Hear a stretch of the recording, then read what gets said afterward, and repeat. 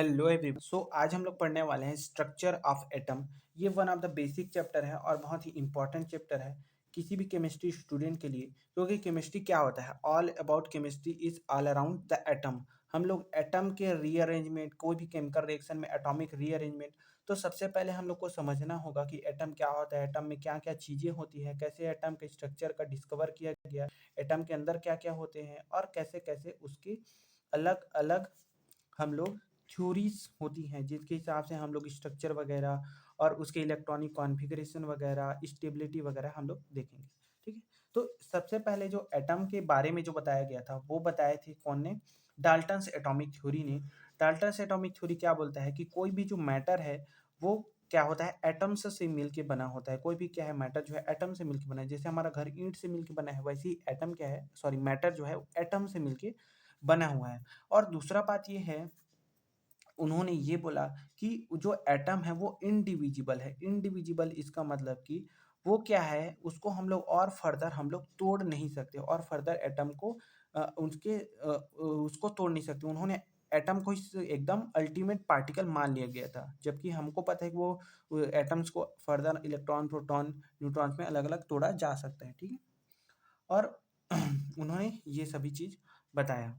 उन्होंने ये भी बताया कि कोई भी जो एलिमेंट है उसमें क्या होता है, सेम ही टाइप के एटम से मिलके बना होता है और सभी एटम का क्या होता है, सेम कैरेक्टरिस्टिक प्रॉपर्टी होता है, सेम कैरेक्टरिस्टिक प्रॉपर्टी होता है।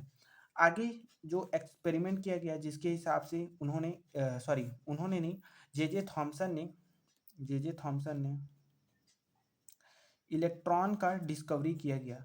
इलेक्ट्रॉन का डिस्कवरी एक्चुअल में जो हुआ वो बेसिकली हुआ था कैथोड रे डिस्चार्ज ट्यूब के थ्रू। कैथोड रेज जो फर्दर जा करके क्या हुआ, इलेक्ट्रॉन्स जो कि पहले क्या था, इलेक्ट्रॉन एक्चुअल में वो इलेक्ट्रॉन है करके उन साइंटिस्ट लोग को पता नहीं था जब उन्होंने ये एक्सपेरिमेंट किया गया।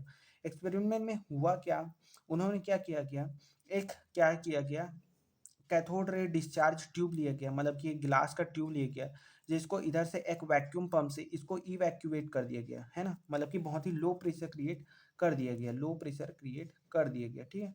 और उसके बाद क्या किया गया, दोनों ग्लास रॉड की तरफ क्या किया गया, पोटेंशियल अप्लाई किया गया।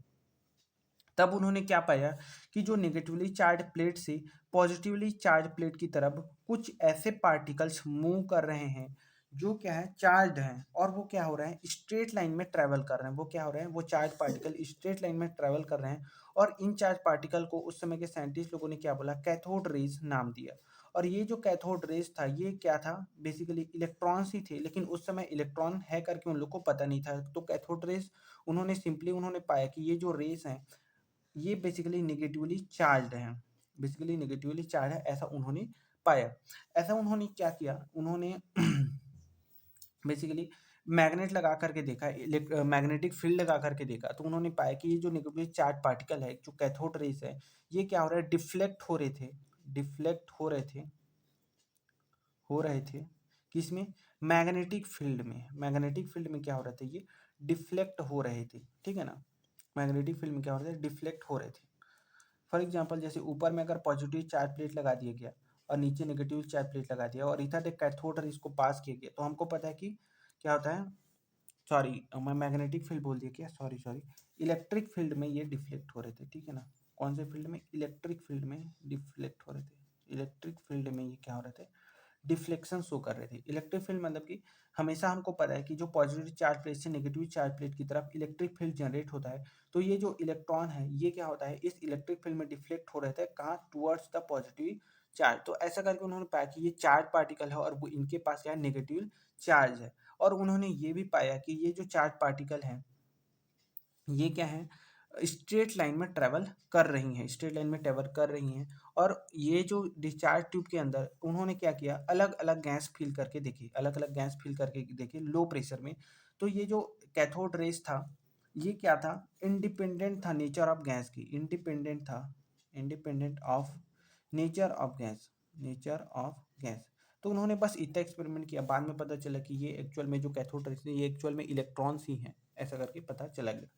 ठीक है। इन कैथोड रेज को कैनल रेज भी बोला गया, कैथोड रेज को कैनल रेज भी बोला गया। जो मेन इसका प्रॉपर्टी था कि ये स्ट्रेट लाइन में ट्रेवल करता है, डिफ्लेक्ट होता है इलेक्ट्रिक फील्ड में, और ये होता है नेगेटिवली चार्ज। ठीक है, ये 3 चीज़ें आपको याद रखनी है। ठीक है, बाद में ये इलेक्ट्रॉन है करके पता किया गया। आगे आगे था डिस्कवरी ऑफ प्रोटॉन, जो गोल्डस्टीन ने किया। ठीक है, डिस्कवरी ऑफ प्रोटॉन किनके द्वारा हुआ था? गोल्डस्टीन के द्वारा हुआ था। इन्होंने भी क्या किया था? यही सेम ही एक्सपेरिमेंट हुआ था, सेम ही एक्सपेरिमेंट था। और इन्होंने क्या पाया था कि एक्चुअल में कैथोड रेज तो मूव कर रही हैं, वो तो कर रही हैं, उसके साथ ही कुछ ऐसे पार्टिकल्स भी मूव कर रहे हैं जो क्या कर रहा है, जो पॉजिटिव चार्ज प्लेट से नेगेटिवली चार्ज प्लेट की तरफ मूव कर रहे हैं। कुछ ऐसे पार्टिकल हैं जो पॉजिटिव चार्ज प्लेट से नेगेटिव चार्ज प्लेट की तरफ मूव कर रहे हैं। और इसको उन्होंने क्या बोला? इसको उन्होंने क्या बोला था? कैथोड रेज बोला था। और इसको उन्होंने क्या बोला था? इसको कैनल रेस बोला था। और इसको उन्होंने बोला था एनोड रेस उन्होंने बोला था। ठीक है ना। और ये क्या था? ये क्या था? पॉजिटिवली चार्ज था। ये जो पार्टिकल थे, जो क्या हो रहा था? पॉजिटिव चार्ज प्लेट से, पॉजिटिव चार्ज प्लेट को क्या बोलते हैं? एनोड। ये है कैथोड। ठीक है, तो एनोड से कैथोड की तरफ जो पार्टिकल जा रहे थे वो क्या थे? पॉजिटिवली चार्ज थे। और ये भी इलेक्ट्रिक फील्ड के प्रेजेंस में डिफ्लेक्शन दिखा रहे थे। और ये भी नेगेटिव चार्ज प्लेट की तरफ अट्रैक्ट हो रहे थे। तो उन्होंने ये पाया कि ये पॉजिटिव चार्ज प्लेट, बाद में डिस्कवर हुआ कि ये एक्चुअल में क्या थे? प्रोटॉन थे। आगे जो डिस्कवरी ऑफ न्यूट्रॉन था, ये बेसिकली जेम्स चैडविक के द्वारा किया गया था। जेम्स चैडविक के द्वारा किया गया था। जेम्स चैडविक सबसे पहले क्या थे? उन्होंने कैसे डिस्कवर किया था? By bombarding the thin sheet of beryllium by alpha particle. Alpha particle को बेरिलियम शीट के ऊपर बोम्बार्ड करने पर जेम्स चैडविक ने पाया कि कुछ ऐसे पार्टिकल निकल रहे हैं जो ना ही पॉजिटिवली चार्ज है और ना ही नेगेटिवली चार्ज है। और उन्होंने ऐसे पार्टिकल को न्यूट्रॉन नाम दिया। ठीक है, आगे हम लोग अलग अलग एटॉमिक मॉडल्स पढ़ेंगे, जिसमें सबसे पहला जो मॉडल आता है वो आता है जे थॉमसन का, थॉमसन एटॉमिक मॉडल, या फिर इसको हम प्लम बडिंग मॉडल भी बोलते हैं। ठीक है ना, जे थॉमसन द्वारा दिया गया था। उन्होंने क्या बोला कि जो एटम है उसमें क्या था कि जो एटम है उसका जो कर्नल है वो चारों, मतलब कि टोटली क्या है? पॉजिटिव चार्ज है, जिसमें बीच बीच में electron negative charge particle distributed है। जैसे हमारे पास वो होता है, क्या बोलते हैं उसको? खरबूज होता है। ठीक है ना, प्लम बडिंग। ठीक है ना, तो उसमें क्या होता है? जैसे बीज होता है बीच बीच में, वैसे ही उन्होंने क्या बोला कि पूरा जो एटम है वो पॉजिटिव चार्ज है, बस इलेक्ट्रॉन जो है कहीं कहीं पर एज अ सीड क्या था? वो क्या था? नेगेटिव चार्ज पार्टिकल क्या है? डिस्ट्रीब्यूटेड है पॉजिटिव चार्ज कर्नल में। उन्होंने ये बोला कि नेगेटिव चार्ज इलेक्ट्रॉन जो है पॉजिटिव चार्ज कर्नल में डिस्ट्रीब्यूटेड है। ये कौन बोला? जे थॉमसन ने बोला। लेकिन ये क्या था? सबसे अर्ली क्या था? मॉडल था, एटॉमिक मॉडल, वो फेल हो गया। क्योंकि आगे जो एक्सपेरिमेंट हुआ वो था रदरफोर्ड एक्सपेरिमेंट, जो काफ़ी ज़्यादा फेमस हुआ। क्योंकि ये जो एक्सपेरिमेंट था, इसमें हम लोगों ने, इसमें क्या था? इन्होंने ही न्यूक्लियस का डिस्कवर किया था कि एटम में न्यूक्लियस भी होता है। क्योंकि थॉमसन ने न्यूक्लियस के बारे में ऐसा कुछ भी नहीं बोला था, लेकिन न्यूक्लियस के बारे में सबसे पहला बात किया था, उन्होंने किया था, वो थे रदरफर्ड। तो न्यूक्लियस के बारे में सबसे पहले कौन बताए थे? रदरफर्ड ने बताए थे। ठीक है ना, न्यूक्लियस के बारे में। सो न्यूक्लियस के बारे में कौन बताए थे? रदरफर्ड। सो बेसिकली हुआ क्या? उन्होंने क्या एक्सपेरिमेंट किया? उन्होंने ऐसे लिड का एक क्या लिया? उन्होंने ऐसा मेटल कंटेनर लिया और इसके बीच में उन्होंने बिस्मिथ रख दिया। बिस्मिथ क्या होता है? बेसिकली एक रेडियो एक्टिव एलिमेंट है। ठीक है ना, जो अल्फा पार्टिकल इमिट करता है। ये है लेड ब्रिक्स। ये लेड ब्रिक्स इसलिए लगा करके रखे हैं ताकि जो अल्फा पार्टिकल्स है वो एक स्ट्रेट लाइन में निकले और बाकी जो इधर उधर भाग रहे अल्फा पार्टिकल्स इस लीड ब्रिक में एब्जॉर्ब हो जाए। ठीक है ना, रुक जाए, ताकि हम लोग को एक स्ट्रेट बीम मिले अल्फा पार्टिकल का। तो ये जब अल्फा पार्टिकल को गोल्ड फॉइल में, ठीक है ना, गोल्ड फॉइल में बोम्बार्ड किया गया, गोल्ड फॉइल में बोम्बार्ड किया गया, तो उन्होंने पाए गोल्ड फॉइल में क्या हुआ? बोम्बार्ड किया गया। तो इसमें से मैक्सिमम, अब मोर देन 99% जो अल्फा पार्टिकल्स थे, है ना, 99.6%, नहीं, इस बेसिकली इसका था, बेसिकली इसमें क्या था? सिर्फ और सिर्फ 0.14% थे, वो डेविएट हुए। वो क्या हुए? डेविएट हो, बाकी सब स्ट्रेट लाइन में चल दिए। मतलब कि बचा कितना? 99.86% जो अल्फा पार्टिकल्स है वो स्ट्रेट लाइन में निकल गए। सिर्फ और सिर्फ क्या हुआ, 0.14% ही अल्फा पार्टिकल क्या हुआ, इधर उधर डेविएट हुआ। और इधर हम लोगों ने लगा दिया था जिंक सल्फाइड का स्क्रीन। जिंक सल्फाइड का स्क्रीन, जिंक सल्फाइड का स्क्रीन क्या होता है, जैसे ही इसमें क्या होता है अल्फा पार्टिकल टकरा रहे थे तो वो क्या हो रहा था, एक फ्लोरोसेंस पैदा कर रहा था, मतलब कि एक क्या हो रहा था, चमक पैदा कर रहा था, जिससे पीछे में लगे डिटेक्टर क्या कर रहा था, डिटेक्ट कर ले रहा था। ठीक है ना। ऐसा पाया गया कि only once in a million, मतलब कि 1 मिलियन अल्फा पार्टिकल में, मतलब कि 10⁶ अल्फा पार्टिकल में सिर्फ और सिर्फ एक या दो ही अल्फा पार्टिकल थे जो डेविएट हो रहे थे मोर देन 180 डिग्री, मतलब कि स्ट्रेट लाइन में जाने की बजाय डेविएट हो रहे थे सिर्फ 1 मिलियन में एक या फिर दो अल्फा पार्टिकल। ठीक है। अब हुआ ये कि ये जो गोल्ड पार्टिकल था ये क्या था, बहुत ही पतला था। ठीक है ना, तभी ना अल्फा पार्टिकल उससे पेनिट्रेट कर जा रहा था। ये बेसिकली 1000 एटम थिक था। ठीक है ना, ये 10⁻⁻6 मीटर थिक था, है ना, जिस जो ऑलमोस्ट 1000 एटम मोटाई के बराबर था। बहुत ही पतला फॉइल था गोल्ड का। ठीक है। अब हुआ क्या कि उन्होंने क्या क्या कंक्लूजन दिए रदरफर्ड ने, वो चलिए हम लोग समझते हैं रदरफर्ड ने क्या क्या कंक्लूजन दिए। उन्होंने पाया कि जो मोस्ट ऑफ द स्पेस है, most of space in an atom is empty, मतलब space in atom is empty.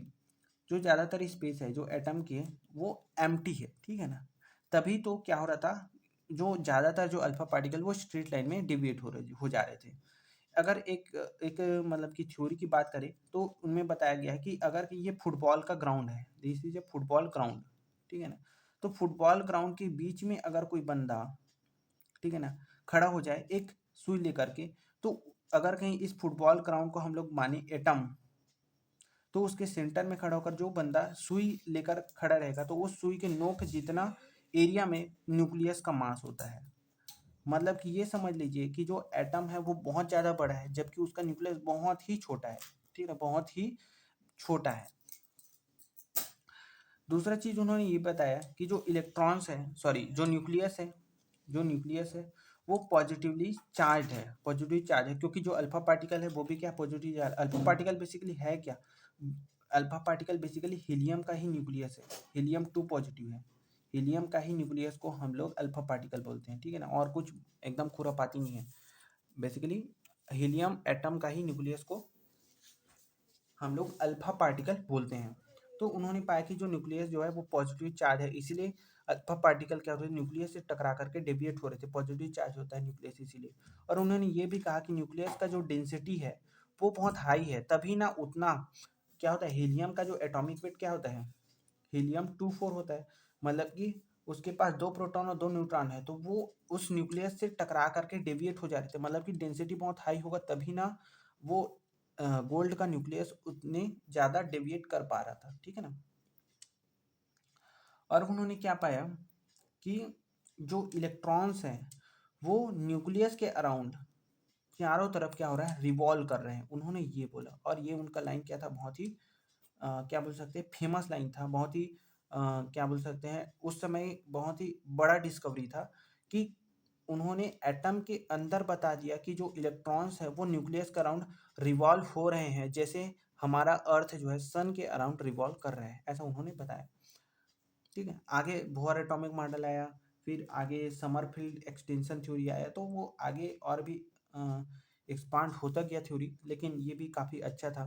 ठीक है, इसके कुछ फेलर्स थे। ठीक है ना, वो फेलर्स जो था वो बोहर मॉडल में कवर हुआ। ठीक है ना, इसका जो मेन फेलर था वो ये था, सबसे बड़ा फेलर ये था कि अकॉर्डिंग टू क्लासिकल मैकेनिक्स, ठीक है ना, क्लासिकल मैकेनिक्स के अकॉर्डिंग, मतलब क्लासिकल फिजिक्स के अकॉर्डिंग, अगर कहीं कोई भी चार्ज्ड पार्टिकल, ठीक है ना, मतलब यहाँ पर इलेक्ट्रॉन है, वो अगर कहीं न्यूक्लियस के चारों तरफ घूम रहा है, कोई भी चार्ज पार्टिकल अगर न्यूक्लियस के चारों तरफ घूमेगा तो वो क्या करेगा, एनर्जी इमिट करना चाहिए, एनर्जी इमिट करना चाहिए, एनर्जी इमिट करना चाहिए। और अगर कहीं कोई इलेक्ट्रॉन अगर चारों तरफ घूम रहा है तो वो अगर एनर्जी इमिट किया, एनर्जी लॉस को किया, तो वो क्या करना चाहिए, धीरे धीरे घूमते घूमते घूमते घूमते न्यूक्लियस पे गिर जाना चाहिए। और एस्टिमेटेड के अकॉर्डिंग 10⁻⁻8 सेकेंड में ही जो एटम है वो कोलाप्स कर जाना चाहिए। ठीक है, इलेक्ट्रॉन जो घूमते घूमते न्यूक्लियस से जाकर के मिल जाना चाहिए।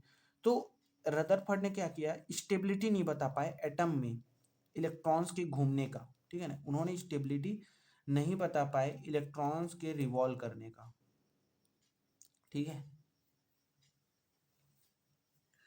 आगे है एटॉमिक नंबर, ठीक है। एटॉमिक नंबर सिंपली क्या होता है, जैसे हम लोग के पास ऑक्सीजन है O8 16, helium 24। So atomic number क्या होता है, atomic number is the number of proton, जितना नंबर ऑफ प्रोटॉन होगा एटम में उतना ही उसका एटॉमिक नंबर होगा। ऑक्सीजन का 8 प्रोटॉन है तो 8, हीलियम में 2 है तो 2, हाइड्रोजन में 1 है तो 1, ठीक है ना। आगे पढ़ते हैं हम लोग, आगे पढ़ते हैं बोर्स एटॉमिक मॉडल, ठीक है ना, बोर्स थ्योरी, ठीक है। ये बहुत ही ज़्यादा इंपॉर्टेंट है, ठीक है ना। सो उन्होंने क्या किया, अपना जो बेसिकली 3 बोहर के पोस्टुलेट है जो मेन मोस्टली इंपॉर्टेंट है। सबसे पहला पोस्टुलेट क्या बोलता है कि जो इलेक्ट्रॉन्स है they revolves in a particular circular orbit. उन्होंने क्या बोला कि the electrons revolve in a particular circular orbit, एक पर्टिकुलर ऑर्बिट में रिवॉल्व करता है। एंड व्हाइल रिवॉल्विंग, और जब भी वो रिवॉल्व करेंगे they do not irradiate irradiate energy. मतलब कि रदरफोर्ड के अकॉर्डिंग क्या था, इलेक्ट्रॉन रिवॉल्व तो करेगा लेकिन उन्होंने स्टेबिलिटी नहीं बता पाया कि वो क्यों रिवॉल्व करते करते वो एनर्जी लॉस करके न्यूक्लियस से जाके मिल जाएगा, तो उसका वो रीजन नहीं दे पाए कि वो एक्चुअल में ऐसा क्यों नहीं होता। तो बोहर ने अपने पहले पोस्टुलेट में ये बोल दिया कि इलेक्ट्रॉन्स न्यूक्लियस के चारों तरफ तो घूमेगा और वो पर्टिकुलर ऑर्बिट में ही घूमेगा, और जब भी वो एक पर्टिकुलर ऑर्बिट में घूमेगा तो वो बिल्कुल भी एनर्जी लॉस नहीं करेगा। उनका पहला पोस्टुलेट ये था, ठीक है ना। जैसे कि पहला जो सेल है उसमें इलेक्ट्रॉन रिवॉल्व कर सकता है, दूसरा तीसरा ऐसे। तो फर्स्ट वाले को के, सेकंड वाले को एल, तीसरे वाले को एम, ऐसे उन्होंने नाम दे दिया, ठीक है ना। दूसरा चीज उन्होंने ये बोला कि the electrons revolve in those particular circular orbit, मतलब कि ऐसा नहीं कि कहीं पर भी रिवॉल्व करेगा। Electrons revolve only in those circular orbit, only on those circular orbit whose orbital angular momentum, जिसका ऑर्बिटल एंगुलर मोमेंटम जो है, हुज ऑर्बिटल एंगुलर मोमेंटम जो है वो होगा इंटीग्रल मल्टीपल ऑफ, जो होगा इंटीग्रल मल्टीपल ऑफ h/2 पाई।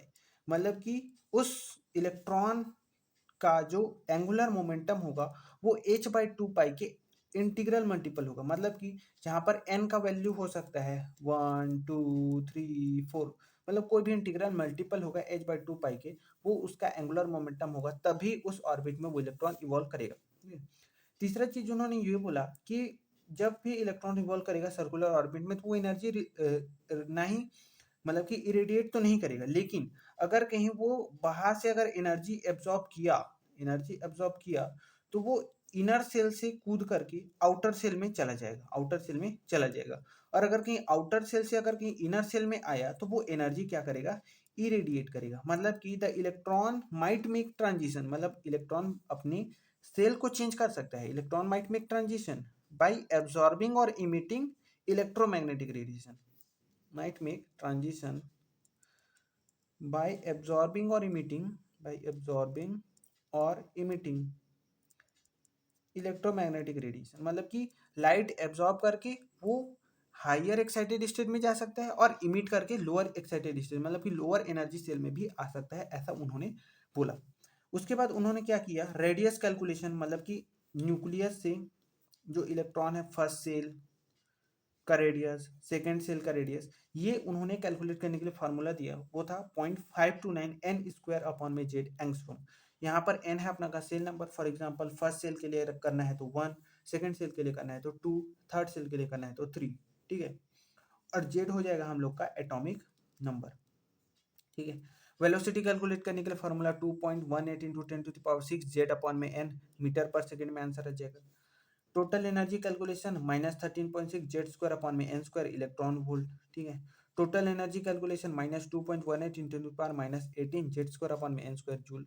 ये बेसिकली फार्मूला है, इसको आप लोग को डायरेक्ट याद ही रखना पड़ेगा, डायरेक्ट अगर कैलकुलेशन आएगा आपको कैलकुलेट करना है। जैसे E1 एक्साइटेड मतलब कि ग्राउंड स्टेट का -13.6 इलेक्ट्रॉन वोल्ट होता है, फिर E2 के लिए हो जाता है माइनस का 3.4 इलेक्ट्रॉन वोल्ट, फिर E3 के लिए हो जाता है माइनस का 1.51 इलेक्ट्रॉन वोल्ट, इस प्रकार से, ठीक है। और एक चीज और, अगर कहीं काइनेटिक एनर्जी कैलकुलेट करने को बोलेगा तो वो हो जाता है 2 times of 13.6 into 10 to the power, sorry 13.6 Z square upon में एन स्क्वायर इलेक्ट्रॉन वोल्ट, ये पॉजिटिव का रहता है, ठीक है ना। और पोटेंशियल एनर्जी जो है, ठीक है, पोटेंशियल एनर्जी जो है वो क्या होता है, negative of -13.6 into 10 into Z square upon में n square joule electron volt, sorry. और टोटल एनर्जी हो जाता है काइनेटिक एनर्जी प्लस, एक second, sorry, kinetic energy is plus का 13.6 जेड स्क्वायर अपॉन में n square electron volt, and potential energy is -2 times of 13.6 Z square upon में n square upon में n square electron volt. और total energy kinetic energy plus potential energy, तो ये basically -13.6 Z square upon में n square electron volt होता है। अब इसके भी कुछ लिमिटेशंस थे। तो सबसे पहला लिमिटेशंस क्या था कि इन्होंने, सबसे पहला फेलर तो इनका यही था कि ये सिर्फ सिंगल इलेक्ट्रॉन एटम्स के लिए अप्लाई था, सिंगल इलेक्ट्रॉन स्पीसी के लिए एप्लीकेबल था। मतलब कि ये तो हाइड्रोजन के लिए एप्लीकेबल था, हीलियम पॉजिटिव के लिए एप्लीकेबल था, लिथियम 2 पॉजिटिव के लिए एप्लीकेबल था, बेरिलियम 3 पॉजिटिव के लिए, लेकिन मल्टी इलेक्ट्रॉन सिस्टम के लिए एप्लीकेबल नहीं था। मल्टी इलेक्ट्रॉन सिस्टम के लिए ये सब एप्लीकेबल नहीं है, ठीक है ना। दूसरा चीज ये था कि ये स्पेक्ट्रल लाइंस के बारे में नहीं बता पाए, स्पेक्ट्रल लाइंस के बारे में नहीं बता पाए, मतलब कि जो हाइड्रोजन स्पेक्ट्रम है उसके बारे में इन्होंने कोई भी जानकारी नहीं दिया। तीसरा ये था कि इलेक्ट्रिक और मैग्नेटिक फील्ड के प्रेजेंस में जो स्प्लिटिंग होता है स्पेक्ट्रल लाइंस का, इसको भी इन्होंने एक्सप्लेन नहीं किया। इलेक्ट्रिक फील्ड के प्रेजेंस में स्प्लिटिंग होता है तो उसको बोलते हैं हम लोग स्टार्क इफेक्ट, स्टार्क इफेक्ट। और मैग्नेटिक फील्ड के प्रेजेंस में होता है उसको बोलते हैं जीमान इफेक्ट, ठीक है ना। इसको भी इन्होंने एक्सप्लेन नहीं किया। और इन्होंने क्या किया, हाइजेनबर्ग अनसर्टेनिटी प्रिंसिपल को भी वायलेट किया, हाइजेनबर्ग अनसर्टेनिटी प्रिंसिपल को भी वायलेट किया। हाइजेनबर्ग अनसर्टेनिटी क्या बोलता है कि हम लोग एक साथ सब एटॉमिक पार्टिकल मतलब इलेक्ट्रॉन के पोजीशन और मोमेंटम को डिटरमाइन नहीं कर सकते, पोजीशन एंड मोमेंटम को डिटरमाइन नहीं कर सकते। लेकिन इन्होंने क्या किया, एक साथ वेलोसिटी और रेडियस को कैलकुलेट करके, वेलोसिटी कैलकुलेट करने से मास इनटू वेलोसिटी मोमेंटम बन जाएगा, मतलब कि वेलोसिटी और रेडियस कैलकुलेट करके उसका पोजीशन और मोमेंटम को एक साथ कैलकुलेट कर दिया, जो कि संभव नहीं है फॉर द एटॉमिक पार्टिकल्स, ठीक है ना, सब एटॉमिक पार्टिकल्स। आगे है हाइड्रोजन स्पेक्ट्रम। हाइड्रोजन स्पेक्ट्रम क्या बताता है, सो जैसे ही हम लोग H2 गैस को इलेक्ट्रिक स्टार क्या बोलते हैं, स्पार्क प्रोवाइड कराते हैं, इलेक्ट्रिक चार्ज प्रोवाइड कराते हैं, तो इसका जो इलेक्ट्रॉन है वो एक्साइट होकर हायर एनर्जी पे चला जाता है, हायर स्टेट में चले जाता है। और जब वो ग्राउंड स्टेट में आता है तो वो इलेक्ट्रोमैग्नेटिक रेडिएशन इमिट करता है, और उसको जब हम लोग प्रिज्म से पास कराते हैं तो वो अलग एक स्पेक्ट्रम देता है, ठीक है ना, अलग स्पेक्ट्रम देता है। स्पेक्ट्रम मतलब कि the light of different wavelength, मतलब कि अलग अलग वेवलेंथ में वो क्या होता है, स्प्लिट हो जाता है, ठीक है। अब ये क्या है, हाइड्रोजन स्पेक्ट्रम का एक डायग्राम है। हम लोग को पता है कि ये अगर कहीं हाइड्रोजन के लिए ड्रॉ किया गया है तो हाइड्रोजन का ग्राउंड स्टेट का एनर्जी -13.6 होता है इलेक्ट्रॉन वोल्ट, फिर -3.4 इलेक्ट्रॉन वोल्ट, फिर माइनस का 1.51 इलेक्ट्रॉन वोल्ट, फिर माइनस का 0.85 इलेक्ट्रॉन वोल्ट, फिर माइनस का 0.51 इलेक्ट्रॉन वोल्ट, ठीक है, ऐसा होता है। तो अगर कहीं किसी भी एक्साइटेड स्टेट से अगर कहीं जो इलेक्ट्रॉन है वो सीधा ग्राउंड स्टेट में आ जाए, किसी भी एक्साइटेड स्टेट से इन्फिनिटी से अगर ग्राउंड स्टेट में आ जाए, तो वो जो लाइट इमिट करेगा वो यूवी रेंज में होगा, और उसको बोलेंगे लाइमन सीरीज, उसको क्या बोलेंगे, लाइमन सीरीज। अगर कहीं किसी भी एक्साइटेड स्टेट से अगर वो सेकेंड लेवल में है, मतलब कि ये है प्रिंसिपल क्वांटम नंबर 1, ये है सेकेंड सेल, ये थर्ड सेल, अगर सेकेंड सेल में आया तो उसको बोलते हैं बालमन सीरीज, जो विजुअल रेंज में लाइट इमिट करेगा। अगर थर्ड सेल में आया तो उसको बोलेंगे पासकन, जो आईआर रेंज में इमिट करेगा, ब्रैकेट होगा, तो वो भी आईआर रेंज में इमिट करता है। लो आईआर, आईआर और फिर हाई आईआर, इनमें लाइमान, बालमर, पासकन, ब्रैकेट, फिर एक पी फंड आता है, पी फंड के बाद हम्फ्री आता है, ठीक है ना, हम्फ्री। तो ये सब आते हैं, ठीक है। सो इसका जो वेवलेंथ कैलकुलेशन के लिए जो फार्मूला होता है वो होता है one upon lambda is equal to R T Z square one upon n one square minus one upon n two square, ठीक है। So n one is the final shell मतलब कि इनर सेल, ठीक है, और n two is the initial shell या फिर outer shell, ठीक है। जब आउटर सेल से इनर सेल में आया तो उसका वेवलेंथ क्या होगा, लाइट इमिट करेगा, तो उसको कैलकुलेट करते हैं ऐसे। आर डी जो है वो होता है रिडबर्ग कांस्टेंट, वो होता है क्या, रिडबर्ग कांस्टेंट, ठीक है, वो होता है Rydberg constant. For example one upon lambda होता है हम लोग का वेव नंबर जिसको म्यू बार से रिप्रेजेंट करते हैं, तो रिडबर्ग कांस्टेंट हो जाता है 109,677 into Z square one upon n one square minus one upon n two square, ठीक है। नंबर ऑफ स्पेक्ट्रल लाइन निकालने का फार्मूला होता है n two minus n one into में n two minus n one plus one by two. Number of spectral line इसका मतलब क्या होता है कि फॉर एग्जांपल अगर n इज इक्वल टू 5 से n इज इक्वल टू 2 में आ रहा है तो नंबर ऑफ स्पेक्ट्रल लाइन क्या होगा, तो 5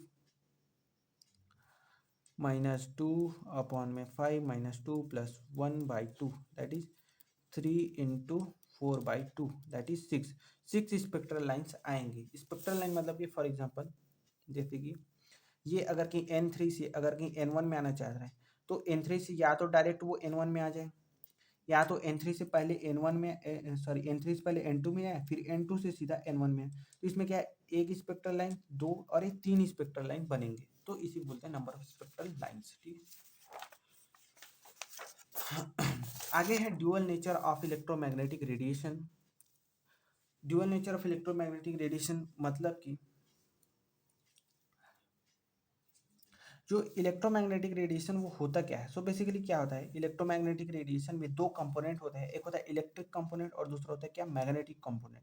सो ये जो रेड कलर में जो दिखाया गया है ये मान लेते हैं कि हमारा क्या है, मैग्नेटिक कंपोनेंट है। कौन सा कंपोनेंट है, मैग्नेटिक कंपोनेंट है। और ये जो ब्लू कलर में है ये क्या है, हम लोग का इलेक्ट्रिक कंपोनेंट है, ठीक है। तो इलेक्ट्रिक कंपोनेंट ई बार से दिखाते हैं, मतलब कि क्या है, इलेक्ट्रिक फील्ड को रिप्रेजेंट कर रहे हैं, और मैग्नेटिक फील्ड के लिए बी, ठीक है। तो ये इलेक्ट्रिक फील्ड और मैग्नेटिक फील्ड का जो ओसिलेशन होता है वो एक दूसरे के परपेंडिकुलर होता है। अगर कहीं इसको ऐसे ड्रॉ करें, ठीक है, तो वो कुछ इस तरीके से है, ये एक्स ये वाई है ना, ये हो गया एक्स ये वाई और ये जेड। सो बेसिकली क्या होता है, इलेक्ट्रिक फील्ड और मैग्नेटिक फील्ड का जो ओसिलेशन वो परपेंडिकुलर होता है एक दूसरे के, और वो परपेंडिकुलर होता है डायरेक्शन ऑफ प्रोपोगेशन के। So electric field is perpendicular to magnetic field and this both are perpendicular to direction of propagation, direction of propagation, ठीक है।